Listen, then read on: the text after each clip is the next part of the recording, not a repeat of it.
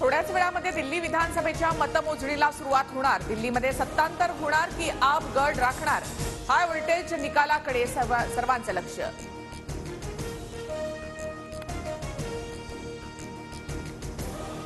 दिल्लीत लोक पुन्हा काम करणाऱ्यांसोबत उभे राहतील, दिल्लीच्या मुख्यमंत्री आतिशींकडून विश्वास व्यक्त।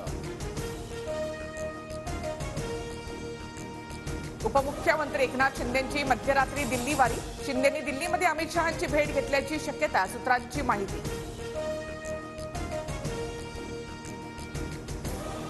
काजवा तरी स्वयंप्रकाशित असतो, मिंध्यांना टॉर्च मारावी लागते। दिल्लीतून टॉर्च बंद झाल्यावर मिंधे कुठे जातील, काळोखात काय चेंगराचेंगरी होईल कळणारही नाही। उद्धव ठाकरेंचा शिंदेंच्या शिवसेनेवर हल्लाबोल। शिवसेनेमध्ये सर्वांसाठी दरवाजे उघडे आहेत, हा फक्त ट्रेलर, पिक्चर अभी बाकी है। शिवसेनेतील पक्ष प्रवेशाबाबत उपमुख्यमंत्री एकनाथ शिंदेंचं सूचक वक्तव्य। हिंमत असेल तर सरकारी यंत्रणा बाजूला ठेवून खासदार फोडून दाखवा, उद्धव ठाकरेंचं सत्ताधाऱ्यांना आव्हान। फोडाफोडी केल्यास तुमचंच डोकं फुटेल असाही इशारा।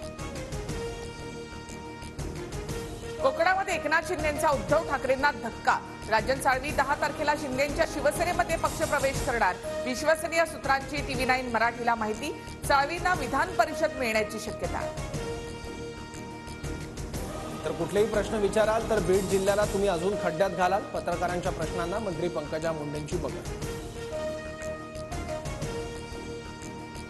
पंकजाताई, आमच्या पालकमंत्री तुम्हीच, भाजप जिल्हाध्यक्ष शंकर देशमुखांचं विधान। सुधरा जरा, पालकमंत्री अजितदादाच, लिहून देऊ का?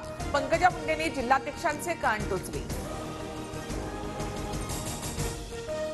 अंजली दमानियांनी कृषीपंप घोटाळ्याचे कुठलेही पुरावे दिले नाहीत, धनंजय मुंडे आणि दमानियांमध्ये आरोप प्रत्यारोप सुरू, मात्र प्रकरणाची शहानिशा करून बोलणार, उपमुख्यमंत्री अजित पवारांची प्रतिक्रिया। बीडचे पोलीस अधीक्षक नवनीत कावत ऍक्शन मोडवर, गुन्हेगारी पार्श्वभूमी असलेल्या 80 जणांना अधीक्षक कार्यालयामध्ये बोलावून तंबी, गुन्हा घडल्यास NPDA, हद्दपारी आणि मकोका अंतर्गत कारवाईचा इशारा। महाराष्ट्रातील निकालावरून राहुल गांधींची 3 वेगवेगळी वक्तव्य व्हायरल। 18 जानेवारीच्या वक्तव्यात 1 कोटी मतदारांचा फरक असल्याचा दावा, 3 फेब्रुवारीला 70 लाख तर आज केलेल्या वक्तव्यात 39 लाख मतदारांचा फरक असल्याचा आरोप।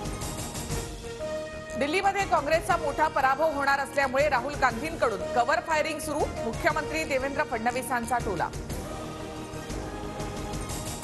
ईव्हीएम विरोधात 19 फेब्रुवारीला विरोधकांचा लॉंग मार्च, मार्कटवाडी ते शिवाजी पार्क असा पायी लॉंग मार्च निघणार, मविया नेत्यांसह सामाजिक कार्यकर्ते सहभागी होणार, उत्तम जानकरांची माहिती।